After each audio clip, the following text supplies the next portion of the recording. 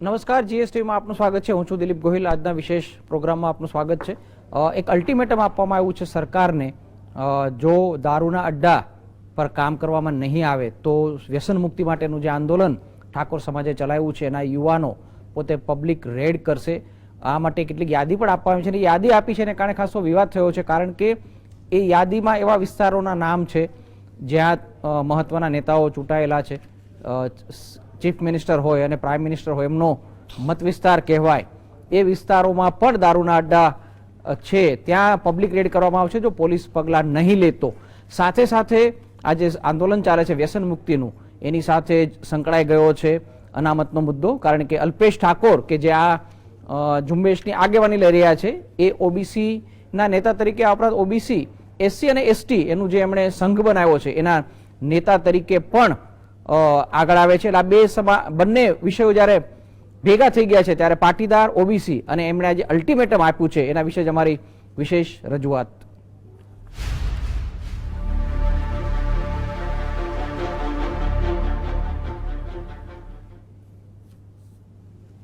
છેલ્લા કેટલાક સમયથી ઠાકોર સમાજ સેનાના કન્વીનર અલ્પેશ ઠાકોરે નશા વિરુદ્ધ, દારૂ પીવાનો જે વ્યસન છે એના વિરુદ્ધ મહા અભિયાનનો આરંભ કર્યો છે. આ અભિયાન ચાલી રહ્યું છે, એમાં અલ્પેશ ઠાકોરે એક અલ્ટિમેટમ તૈયાર કર્યું છે અને અલ્ટિમેટમ સાથે મુખ્યપ્રધાનને મળ્યા અને દારૂના અડ્ડાઓ જે ઠેર ઠેર ચાલે છે એની યાદી પણ એમને સોંપી છે. આ દારૂના અડ્ડાઓ પર લગભગ 21 દિવસમાં જો કોઈ કાર્યવાહી નહીં થાય તો જનતા રેડ પાડવાની ચીમકી પણ એમણે આપી દીધી છે. આ ઉપરાંત અલ્પેશ ઠાકોરે એસસી, એસટી અને ઓબીસી સમાજને લગતી જે 17 માગણીઓ છે એને પણ આવેદનપત્ર સાથે સોંપી દીધી છે. ગાંધીના ગુજરાતમાં આમ તો દારૂબંધી છે, પરંતુ સરકારની ઢીલી નીતિ અને ખાકી વર્દીની રહેમરાહ હેઠળ રાજ્યમાં દારૂના અડ્ડાઓ ધમધમી રહ્યા છે. દારૂબંધીનો કડક અમલ કરાવવામાં નિષ્ફળ ગયેલા તંત્રની પોલ ગુજરાત ક્ષત્રિય ઠાકોર સમાજના કન્વીનર અલ્પેશ ઠાકોરે ખોલી છે. અલ્પેશ ઠાકોરે વડાપ્રધાન નરેન્દ્ર મોદી અને મુખ્યપ્રધાન આનંદીબેન પટેલના વતન મહેસાણા જિલ્લામાં જ 1000થી વધુ દારૂના પીઠાઓ ખુલ્લેઆમ ચાલી રહ્યા હોવાના પુરાવા રજૂ કર્યા છે. આ ઉપરાંત પાટણમાં ચાલતા દારૂના અડ્ડાઓની માહિતી દર્શાવતો નકશો પણ સોંપ્યો છે. આ પુરાવાઓ સાથે મુખ્યપ્રધાનને રજૂઆત પણ કરી છે. સાથે જ અલ્પેશ ઠાકોરે રાજ્ય સરકારને ચેતવણી આપી છે કે જો 21 દિવસમાં અડ્ડાઓ સામે પગલાં નહીં લેવાય તો ઠાકોર સમાજ સમગ્ર ગુજરાતમાં જનતા રેડ પાડશે. આપણું ગુજરાત છે ને, આપણા ગુજરાતને વ્યસન મુક્ત કરવા માટે એમણે જે અલ્ટિમેટમ અમે આપ્યું છે ફરીથી 21 દિવસનું એટલે આપ્યું છે. ભરોસો છે શાસકને વિપક્ષ ઉપર, આ ભરોસો ટકાઈ રાખે અને ભરોસો ટકાઈના અમારે 21 દિવસ પછી જનતા રેડ પાડવાની નોબત ના આવે એવી આશા રાખીએ. અલ્પેશ ઠાકોરે નશાની બદીમાંથી રાજ્યને સંપૂર્ણ મુક્ત કરવાની નેમ લીધી છે, ત્યારે રાજ્યમાં દારૂબંધીનો સંપૂર્ણ અમલ થાય તે માટે વિધાનસભામાં તમામ પક્ષોએ એક થઈને ચર્ચા કરી ખાસ પોલિસી બનાવવી જોઈએ તેવો આગ્રહ રાખ્યો છે. આ સાથે જ અલ્પેશ ઠાકોરે માંગ કરી છે કે વિધાનસભાના વર્તમાન સત્રમાં સંપૂર્ણ એક દિવસ રાજ્યમાં વ્યસન મુક્તિ અંગેની નીતિની જરૂરિયાત અને તે અંગે કાયદાકીય રીતે શું થઈ શકે તેની ચર્ચા કરવામાં આવે. ત્યારે વિપક્ષે અલ્પેશ ઠાકોરની માંગ અંગે ગૃહમાં રજૂઆત કરવામાં આવશે તેવી ખાતરી આપી હતી. હું માનું ત્યાં સુધી જે યાદી આપી એમને, ગુજરાતમાં કોઈ ઠેકાણું એવું નથી જ્યાં દારૂનો 2 નંબરી અડ્ડો ચાલતો ન હોય.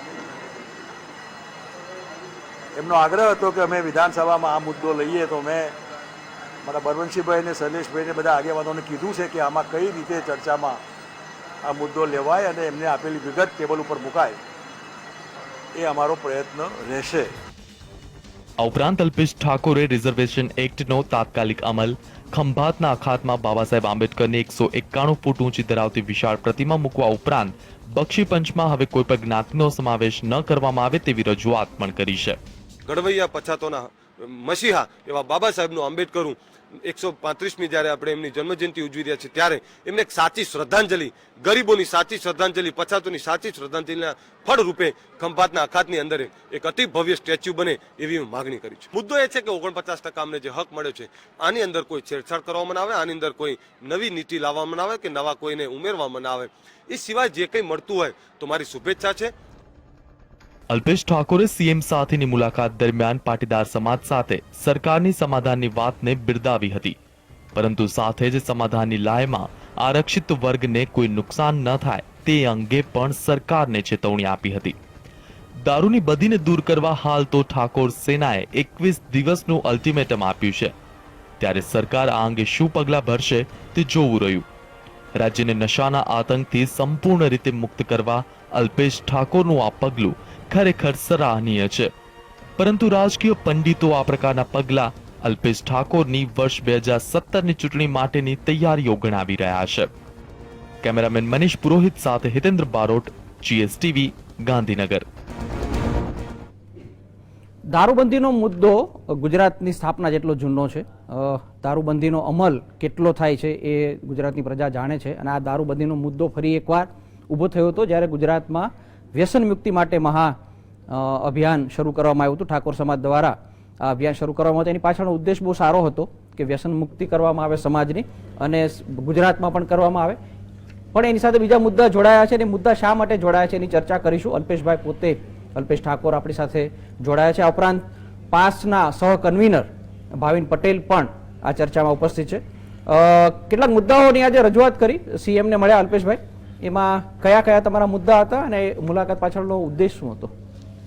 જો 26 જાન્યુઆરી વ્યસન મુક્તિ મહાકુંભમાં અમે સરકારશ્રીને એક અલ્ટિમેટમ આપેલું કે આ વ્યસન મુક્તિ મહાકુંભના માધ્યમથી અમે ગુજરાતને, ઠાકોર સમાજને વ્યસન મુક્ત કરવા માંગીએ છીએ, પરંતુ સાથે આખા ગુજરાતને સંપૂર્ણ વ્યસન મુક્ત જોવા માંગીએ છીએ. એની અંદર તમામ સમાજો આવી જાય છે અને આશા રાખીએ છીએ કે 1 મહિનાની અંદર આ સરકારી તંત્ર, પોલીસ તંત્ર અને વહીવટી તંત્ર કડક હાથે પગલાં ભરીને આવી ઝેરવીજથી હાટોડીઓને બંધ કરવામાં આવે.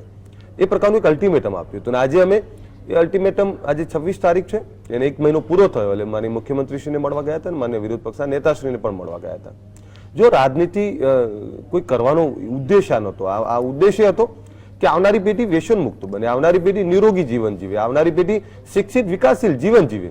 એના માટે આ બદીને દૂર કરવા માટે શાસક અને વિપક્ષ બંનેનો સહકાર માંગવા ગયા હતા. અને માન્ય મુખ્યમંત્રીશ્રીએ ભરોસો પણ આપ્યો છે અને એમણે કહ્યું છે કે આના માટે DG અને પોલીસ તંત્રને જાણ કરશે અને કડક હાથે પગલાં ભરાય એવા પ્રકારની હૈયા ધારણા પણ આપી છે. અને બીજી બાજુ કોંગ્રેસ પક્ષે પણ આના માટે અમને આશ્વાસન આપ્યું છે. એટલે બંનેનો પક્ષોનો સહકાર લેવાનો પ્રયત્ન કર્યો છે. સાથે 17 મુદ્દાઓ અમારા OBC SC ST ના, જેમાં અનામત એક્ટ બને, જેની અંદર બાબા સાહેબ આંબેડકરનું એક સ્ટેચ્યુ બને, જેની અંદર શિક્ષણ નીતિમાં બદલાવ આવે, જેની અંદર ફિક્સ વેતન ધારકોનો પ્રશ્ન છે. એટલે ગુજરાતની અંદર આ તમામ પ્રકારના મુદ્દાઓને લઈ તમે જે મુદ્દાઓની વાત કરી અલ્પેશભાઈ, એ તમે સામેથી બોલ્યા, અધરવાઇઝ એ સવાલ પૂછવાનો હતો. જે રેડ પાડવાની તમે વાત કરી, કેટલીક રેડ તમે ઓલરેડી પાડી પણ છે, કારણ કે જે અમદાવાદમાં મહાઅભિયાન યોજાયું હતું ત્યારે પણ જાહેરાત કરી હતી. એ વિશે પૂછીશું. પણ તમે આજે મુદ્દાઓની ભેળસેળ ખરી છે એટલે સવાલ ઘણીવાર એ થાય છે, એ મહાઅભિયાન શરૂ થયું વ્યસન મુક્તિનું ત્યારે જ, ત્યારે માટેનો માત્ર ઉદ્દેશ વ્યસન મુક્તિ છે કે એ સિવાયનો છે? જે પોલિટિકલ આની પાછળ કોઈ એજન્ડા છે ખરો? એ સવાલ ત્યારથી છે. જો આપને કહી દઉં કે 26 જાન્યુઆરીથી આજે 1 મહિનો થયો. અમે આપને ચોક્કસપણે કહી શકીએ અમે 3000 થી વધારે ગામડાઓ, આ ફિગર થોડોક પ્લસ માઇનસ 2-5% હોઈ શકે, પણ 3000 થી વધારે ગામડાઓ સંપૂર્ણ વ્યસનમુક્ત કરવામાં સફળ રહ્યા છે. ઉત્તર ગુજરાતની અંદર તમામ સમાજો આની સાથે જોડાયા છે. હું આપને કીધું ઉમિયાધામ, આપણું ઊંઝા, એની અંદર તમામ જ્ઞાતિની બહેનો, પાટીદાર બહેનો હોય કે કોઈ પણ બહેનો, તમામ જ્ઞાતિની બહેનો જોડાય. એટલે આ મુદ્દાની અંદર લોકો સ્વયં જોડાવા માંડ્યા છે. સાચા અર્થમાં ઈમાનદાર પ્રયત્ન છે ને એટલે જ લોકોને એનો વાંધો નથી. સારો મુદ્દો છે, પણ વાત એ છે કે આ મુદ્દો છે એ અત્યારે કેમ યાદ આવ્યો હાલના સંજોગોમાં? કારણ કે ઘણી વાર ટાઈમિંગ બહુ અગત્યનો હોય છે.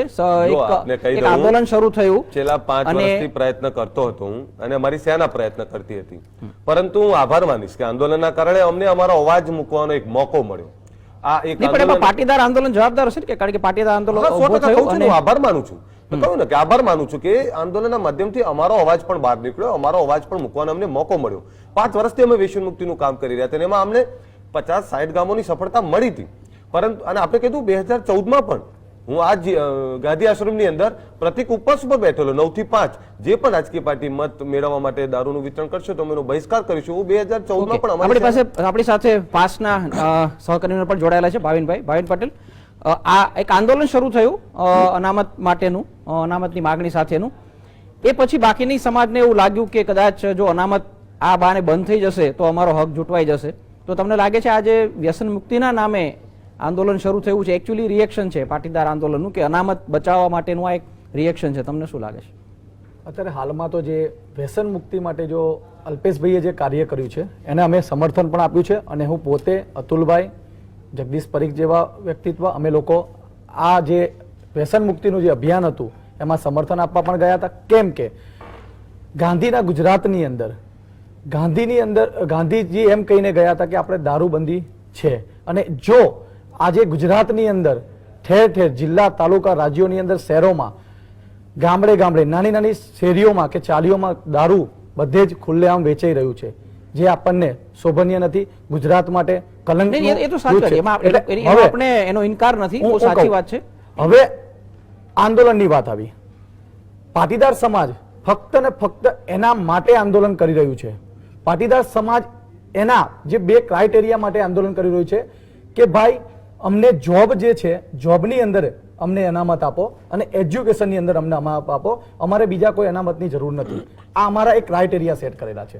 અને જે સમાજ અત્યારે હાલમાં વ્યસન મુક્તિના અભિયાને જે પણ કરી રહ્યું છે એ એમના પોતાના પર્સનલ જે પણ કાર્યો કરી રહ્યા છે એ વ્યસન મુક્તિના એમના પોતાના પર્સનલ છે, એમાં પાટીદાર સમાજનું સમર્થન રહેશે. ઓકે, કારણ કે એક સારો ઉદ્દેશ છે, એટલે અન્ય સમાજ પણ ચોક્કસ Yes, આમાં સારો સહકાર ઉદ્દેશ આપશે.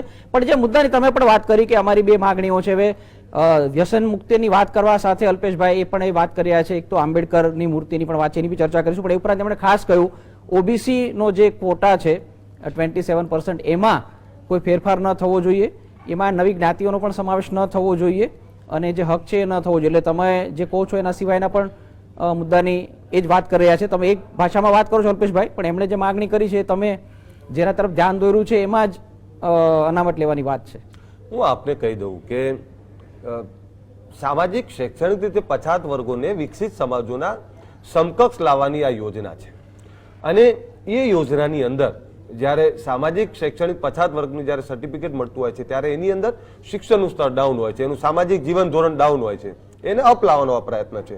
એટલે મેં આજે પણ કહ્યું હતું કે 49% સિવાય એમને કંઈ મળતું હોય તો મારી શુભેચ્છા છે, અને સમાધાન એક ન્યાયની હિતમાં એમને જે ખૂટે છે એના ન્યાય માટેથી મળતું હોય તો મારી શુભેચ્છા છે. પરંતુ 49% વર્ગની અંદર આ વર્ગ એટલે ગુજરાતનો સક્ષમ વર્ગ છે, ગુજરાતનો શિક્ષિત વર્ગ છે, ગુજરાતનો તમામ રીતે સંપન્ન વર્ગ છે.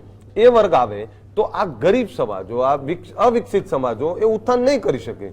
મારો મુદ્દો, હું કોઈનો વિરોધી નથી, મારો મુદ્દો એ છે કે આ અવિકસિત સમાજોને વિકાસ તરફ જવાનો મોકો મળવો જોઈએ, અનામતનો સંપૂર્ણ અમલ થવો જોઈએ. અને અનામત એક્ટ ની માંગણી જ એટલે કરી છે કે જે ખાલી જગ્યાઓ પડે છે, બેકલોગ ભરાતા નથી, આ ખાલી જગ્યાઓ ભરાય અને અનામત એક્ટના માધ્યમથી સંપૂર્ણ અનામતનો અમલ થાય અને એના માધ્યમથી આ લોકોને ન્યાય મળે, એ ઉદ્દેશ સાથે અમે આ બધી માંગણીઓ કરી છે. પરંતુ 49% સિવાયનું કંઈ મળતું 49% સિવાયની વાત છે, કારણ કે સિવાય જો અનામત આપવા આવે તો એની શું અસર થશે એની પણ ચર્ચા કરીશું. કોંગ્રેસના નેતા મનીષ દોશી પણ આપણી સાથે જોડાશે, એની સાથે પણ ચર્ચા કરીશું. અત્યારે સમય થયો છે એક બ્રેક લેવાનો, લઈએ એક બ્રેક.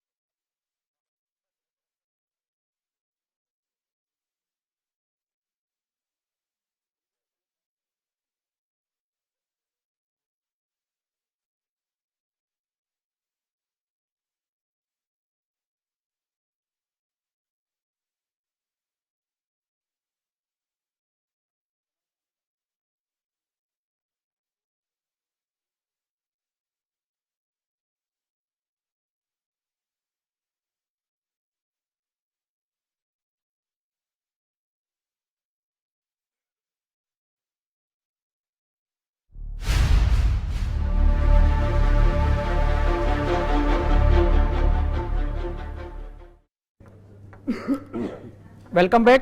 પાટીદાર ઓબીસી અને અલ્ટિમેટમ જે આજે અપાયું છે એની ચર્ચા કરી રહ્યા છીએ. અલ્પેશ ઠાકોર અને ભાવિન પટેલ સાથે ચર્ચા સાથે હવે મનીષ દોશી પણ જોડાયા છે, કોંગ્રેસના નેતા અને પ્રવક્તા. મનીષભાઈ, ચર્ચા કરી રહ્યા હતા એક બહુ સારા ઉદ્દેશ્ય સાથે એક અભિયાન શરૂ થયું હતું. એમાં આજે એક યાદી આપવામાં આવી છે ક્યાં ક્યાં દારૂના અડ્ડા ચાલે છે. જો બંધ નહીં કરવામાં આવે તો જનતા રેડની પણ ચીમકી આપવામાં આવી છે. એમાં વાત એ છે કે આ ગુજરાત જેટલો આ જૂનો મુદ્દો છે ને, કોંગ્રેસે એક જે વ્યવસ્થા ઊભી કરી હતી ગુજરાતમાં કે દારૂબંધી પણ હોય ને દારૂ વેચાતો રહે, એ ભાજપ પણ બંધ નથી કરી શક્યું. એટલે હવે અલ્ટિમેટમ આપ્યું છે કે આ કોંગ્રેસ વખતથી ચાલી આવતી પરંપરા હતી અને એને બી આગળ વધારી છે અને વિકસાવી છે બીજેપીએ, એ હવે તો બંધ કરવી પડે. એટલે ટૂંકમાં બીજેપી સરકાર સાથે વિપક્ષ તરીકે તમારે પણ વિચારવું પડશે. દિલીપભાઈ, તમે રાજકીય એનાલિસિસની સાથે પ્રિએમ્બલ બહુ સરસ બાંધતા હો છો. ઘણી વસ્તુ કેવી હોય છે કે આપણા વિધિન ધી સ્ટુડિયો અને બહારની વાત, 20 વર્ષ કરતાં વધુ ગુજરાતમાં શાસન ભારતીય જનતા પાર્ટીનું છે. સફળ થાય એ બધું સાહેબનું, બેનનું, અને નિષ્ફળ જાય તો તમારા શાસનમાં આવું હતું એ કહેવા માટેનો એક રસ્તો થઈ ગયો છે. હું એવું નથી કહેતો કે ગુજરાતમાં કોંગ્રેસનું શાસન હતું ત્યારે દારૂબંધીનો ચુસ્તપણે અમલ થઈ અને દારૂ ગુજરાતમાં ક્યાંય મળતો નહોતો એવું નથી કહેતો. મળતો તો દારૂ, પણ દારૂની અંદર જે પ્રકારની કડકાઈ, ઈચ્છા શક્તિ હોવી જોઈએ. આ વ્યસનો સામે ડામવા માટે તમારી ઈચ્છા શક્તિ હોવી જોઈએ. આજે તમે એમ કહો એવો એક વિસ્તાર મને દેખાડો, રાજ્યના ગૃહમંત્રીનો વિસ્તાર હોય કે વડાપ્રધાનનો વડનગરનો વિસ્તાર હોય, જન્મભૂમિ હોય, એમની કર્મભૂમિ હોય, કે પહેલી વખત ચૂંટણી લડ્યા હોય 2001ની રાજકોટનું હોય, કે પછી મણિનગર હોય, કે વડોદરા હોય, કે વડોદરા છોડ્યા પછી જુદી જગ્યાએ ગયા હોય, અને બેનના વિસ્તાર જે વારાફરતી બદલાના હોય એ પાટણ હોય, માંડલ હોય કે ઘાટલોડિયા હોય, કે આ વિસ્તારમાં દારૂ નથી મળતો. મારી આગળ એક વિધાનસભાના જ એક સરસ મજાના દાખલા છે. આજે હું અલ્પેશભાઈને અને એમની ટીમને, ઠાકોર સેનાને ખૂબ ખૂબ અભિનંદન આપું કે ગુજરાતના યુવાધનો માટે એમને વ્યસન મુક્ત સમાજની, અને હું પાટીદાર સમાજના ભાઈઓને પણ એટલા માટે અભિનંદન આપું છું કે તેમણે આ એક ઝુંબેશને સહયોગ આપ્યો છે. વર્ષોથી ગુજરાતની પરંપરાએ જુદા જુદા સમાજના ધર્મગુરુઓ વાત કરતા હતા અને વાતોનો ઘણી જગ્યાએ અંશે અમલ પણ થતો હતો. પણ જ્યારે રાજકીય ઈચ્છા શક્તિનો અભાવ હોય, ગુજરાતમાં ઠેર ઠેર દારૂનો ધંધો એક નેક્સસની જેમ ચાલે છે. દારૂ પકડાય એના કરતા 10 ગણો કહેવાય. હું તમને એમ નહીં કહું, એક ભાજપના સાંસદ પ્રતિનિધિત્વ કરે વર્ષોથી, એમના દીકરો કરોડો રૂપિયાનો દારૂ જે પકડાણો, ભાઈ કઈ રીતે ચાલે છે?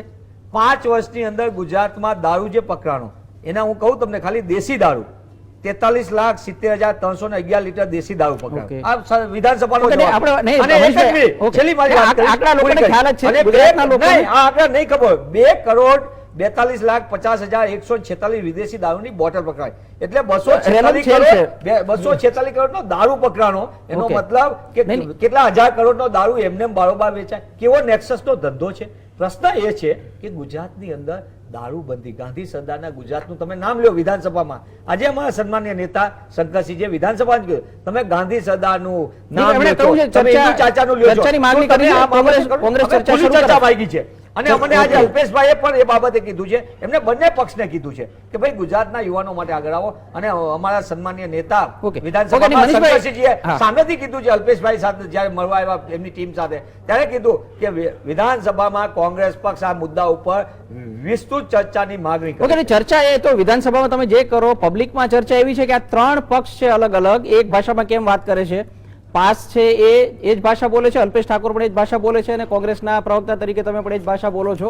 ત્રણેયના ઉદ્દેશ જુદા જુદા છે. એકને અનામત જોઈએ છે, બીજા પોતાની અનામત બચાવવા માંગે છે, અને પટેલની સામે ભાજપે જ ઓબીસી ઊભું કર્યા છે ઉત્તર ગુજરાતમાં ફાયદો થાય એટલા માટે, અને એ સીધું કોંગ્રેસને નુકસાન થવાનું છે. આ ત્રણેયને એકબીજાની સાથે નુકસાન, તમે ત્રણેય એક ભાષામાં કેમ વાત કરો છો? એ ચર્ચા છે. મનીષભાઈ, તમે સમજાવો. સૌથી અગત્યની વાત, ગુજરાતમાં દારૂબંધી અને વ્યસન મુક્ત સમાજની રચના થાય, ગુજરાતમાં દારૂબંધીનો કાયદો છે તો એનો અમલ થાય. અને એના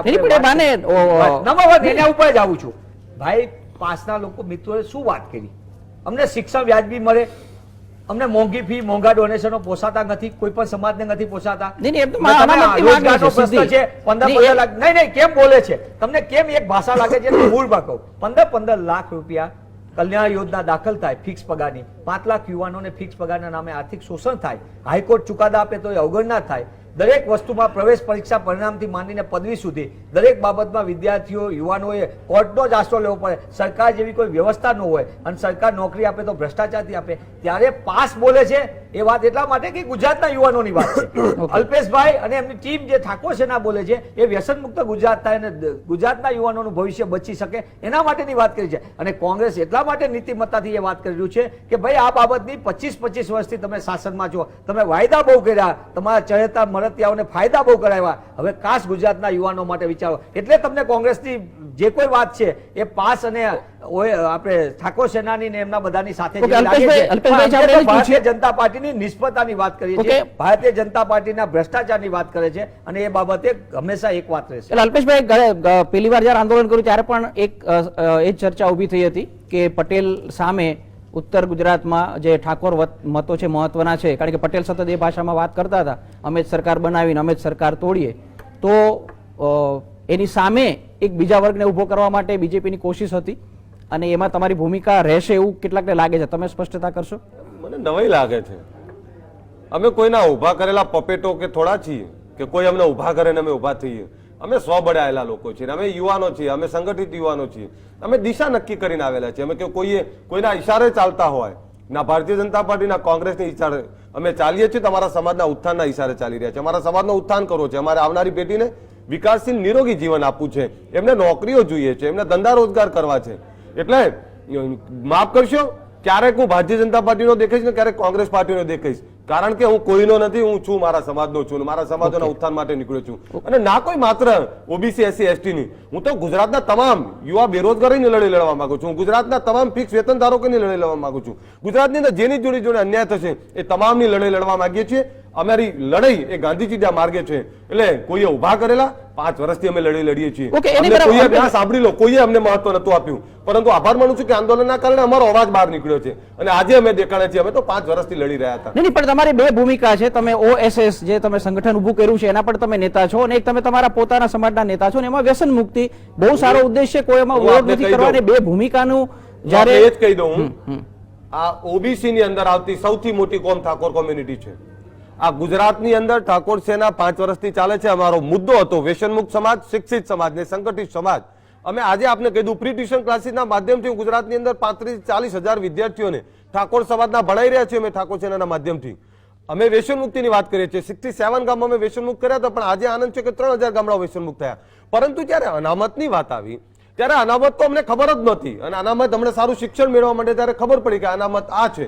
અને ઓબીસી એસટી એસટીની ઘણી જ્ઞાતિઓને અનામત શું છે, એના હક શું છે એની પણ જ્યારે ખબર ના હોય ત્યારે એની લડાઈ લડવા, હું તો ગરીબની લડાઈ લડવા નીકળ્યો છું. અરે ઓબીસી એસસી એસટી આ ગુજરાતના સૌથી મોટો વર્ગ અને જાગૃત કરવા નીકળ્યો છું. આ સમાજોના કમાઉ દીકરા આપવા નીકળ્યો છું, આ સમાજોનો ઉત્થાન માટે નીકળ્યો છું અને ગરીબ સમાજના વિકાસ માટે નીકળ્યો છું. કોઈનો વિરોધી નથી.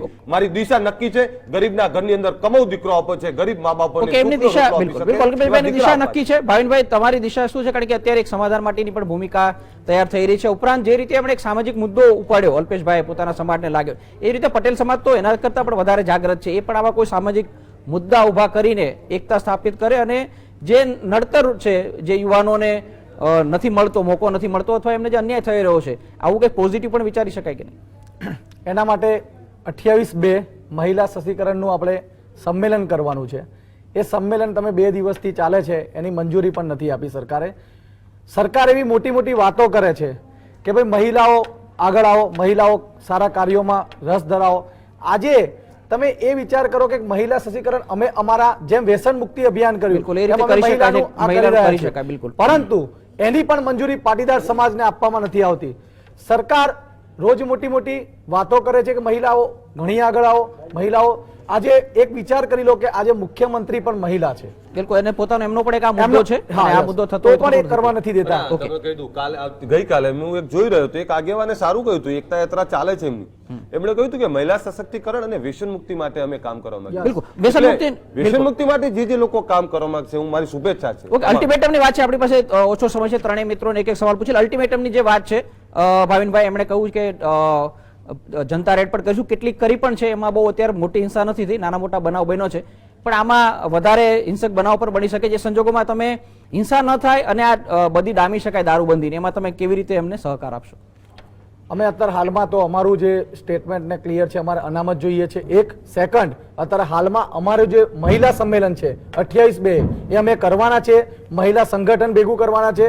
અને જ્યાં ઉત્તર ગુજરાતની અંદર જ્યાં જ્યાં દારૂબંધી જે ચાલુ રહી છે અત્યારે હાલમાં ઘણી જગ્યાએ છે, જ્યાં ઠાકોર સમાજે જ્યાં રેડ પાડી છે, ત્યાં અમારી મહિલા જઈને ત્યાં એમની જોડે સપોર્ટ કરે છે અને એ દારૂબંધી બંધ કરાવડાવે છે. એવી જ રીતે ત્યાંની મહિલાને ઓબીસી એસટી સમાજની મહિલાને પણ કહે છે કે તમે આમાં જોડાઓ. ઓકે, તમે જો અલ્પેશભાઈ, તમારો કાર્યક્રમ શું રહેશે 21 દિવસ દરમિયાન જો અલ્ટિમેટમ ન પૂરું થાય એ પ્રમાણે, અને તમે કાળજી લેશો ખરા કે આ બાબતમાં કોઈ આટાબાટે ન ચડે અને દારૂના અડ્ડા ખરેખર બંધ થવા જોઈએ એ માટે તમે 3000 ગામડાઓ વ્યસન મુક્ત કરવામાં એક સંગઠનના માધ્યમથી સપોર્ટ આવ્યો તો કલ્પના કરો કે સરકાર જોડે અખૂટ સત્તા છે, એમની જોડે તાકાત છે, તો આશા રાખી છે કે 21 દિવસની અંદર સત્તા અને સરકાર આગળ આવે અને એના માટે કડક કાયદો બનાવે, કડક પોલિસી બનાવે અને અંદર હાઉસની અંદર આના માટે ચર્ચા ચાલે આખો દિવસ. સરકાર અને વિપક્ષ બંને અને એક રાજકીય વિચારધારાથી પર રહી બંને પાર્ટીઓ સાથે આવે અને એક નક્કર પોલિસી બનાવે અને આ ગુજરાતની અંદર 21 તારીખ પછી સવર્ણ જાતિ હોય કે અવિકસિત જાતિ હોય, તમામ જ્ઞાતિની માતાઓ, બહેનો, વડીલો, યુવાન દોસ્તો તમામને સાથે લઈ આવનારી પેઢીને નિરોગી, વ્યસન મુક્ત અને શિક્ષિત જીવન, વિકાસશીલ જીવન આપવાનો પ્રયાસ કરીશું. એમાં તમામ સમાજોનો સહકાર માંગીશ અને તમામ સમાજો સાથે છે એવો એક નારો પણ નીકળીશું. આવનારા સમયની અંદર તમામ સમાજો સાથે મળી અને 21 દિવસ પછી ના કોઈ ઠાકોર સમાજ, ના કે ઓબીસી, એસટી, એસટી, પણ પાટીદાર, બ્રાહ્મણ, જૈન તમામ લોકો સાથે મળીને જનતા રેડ કરે, તમામ બહેનો અને યુવાન દોસ્તો આગળ આવે એવી આશા આ એક એવો મુદ્દો છે મનીષભાઈ કે વિરોધ પક્ષ તરીકે સમાજને આ બહુ નામો નડતર છે અને એ વાત સાચી છે કે છેલ્લા 20 વર્ષ દરમિયાન 1995 પછી સત્તા મળી છે એ પછી આ બધી દૂર નથી થઈ. તો તમારી આ વધારે મોટી જવાબદારી હતી કોંગ્રેસની કે આ મુદ્દો ઉઠાવવો જોઈએ અને દારૂબંધી માટે અસરકારક તમારે વિરોધ પક્ષની ભૂમિકા ભજવવી જોઈએ. જ્યારે ચર્ચા થશે ત્યારે તમારે સરકારને ભીસમાં લેવી જોઈએ એવું થશે વિધાનસભામાં અને બહાર. કોંગ્રેસ પક્ષે વિધાનસભામાં અને વિધાનસભાની બહાર રાજ્યના અગત્યના મુદ્દાઓ ને ગંભીરપણે ચર્ચા કરવા માટેની વારંવાર પ્રયત્ન કર્યો. કમનસીબે ગુજરાતમાં 2001 થી 2015 ને આ વખતનું પણ સત્ર 60 દિવસની જાહેરાત કરી, ગુજરાત જ હોસ્ટ બન્યું હતું, પણ છતાં 28 દિવસથી 38 દિવસ 35 દિવસનું સત્ર છે. તેમ છતાં સન્માનીય શંકરસિંહજી વાઘેલા, અમારા પક્ષના અધ્યક્ષ સન્માનીય ભરતસિંહજીએ સંપૂર્ણપણે કીધું છે કે વિધાનસભામાં પણ દારૂબંધી માટે જે હપ્તા રાજનું નેટવર્ક ભારતીય જનતા પાર્ટીએ ઊભું કરેલું, એની સરકારે ઊભું કરેલું છે, એ નેટવર્કને નાબૂદ કરવા માટે અને ગુજરાતમાં નશાબંધીની નીતિ અસરકારક રીતે લાગુ થાય અને ગુજરાતનું યુવાધન બચે તેના માટે કોંગ્રેસ પક્ષ રાજનીતિથી ઉપર ઉઠીને વિધાનસભામાં પણ લડશે અને વિધાનસભાની બહાર પણ એમાં સહયોગ આપશે. બિલકુલ, વિધાનસભામાં પણ લડશે, વિધાનસભાની બહાર પણ લડશે, કારણ કે આ એવો મુદ્દો છે જે પ્રજાને જે ગુજરાતના યુવાનો માટેનો છે, બિલકુલ ભવિષ્ય માટેનો છે, ગુજરાતના માટેનો છે. અને જે રીતે આશા રાખું કે રાજકારણ ના થાય પણ બંને પાર્ટીઓ સાથે આવે. રાજનીતિથી ઉપર ઉઠીને રાજનીતિ બિલકુલ અને હપ્તા રાજ બંધ થાય. બિલકુલ હપ્તારાજ બંધ થાય, રાજકારણથી ઉપર ઉઠીને વાત આવે છે. જે એક આંદોલન ઊભું થયું છે ગુજરાતમાં, એ આંદોલનો પણ કદાચ આમાં ઉકેલ આવી શકે. આંદોલન ના કરવા પડે ટૂંકમાં એટલું. બિલકુલ, હા, બિલકુલ કોઈ પણ પ્રકારના આંદોલન ઉભા ન કરવા પડે એવી સ્થિતિની છે. ત્રણેય મહેમાનો અમારી સાથે જોડાયા આ ચર્ચા બાદ આપણો ખૂબ ખૂબ આભાર. તો એક દારૂબંધીનો જે બહુ જૂનો મુદ્દો છે એ ફરીથી ચગ્યો છે અને ત્રણેય મહેમાનો જે રીતે આશા વ્યક્ત કરી રીતે આમાં રાજકારણ ન આવે અને આનો કોઈ ઉકેલ આવતો હોય તો અલ્ટિમેટલી જે ફાયદો થશે બધા સમાજને થશે અને સમાજના નામે જે અત્યારે વિખવાદ ચાલી રહ્યો છે વિખવાદનો પણ કદાચ અંત આવે એવી આશા રાખી શકાય. આ પ્રોગ્રામમાં બસ આટલું જ. આપ જોતા રહો GSTV.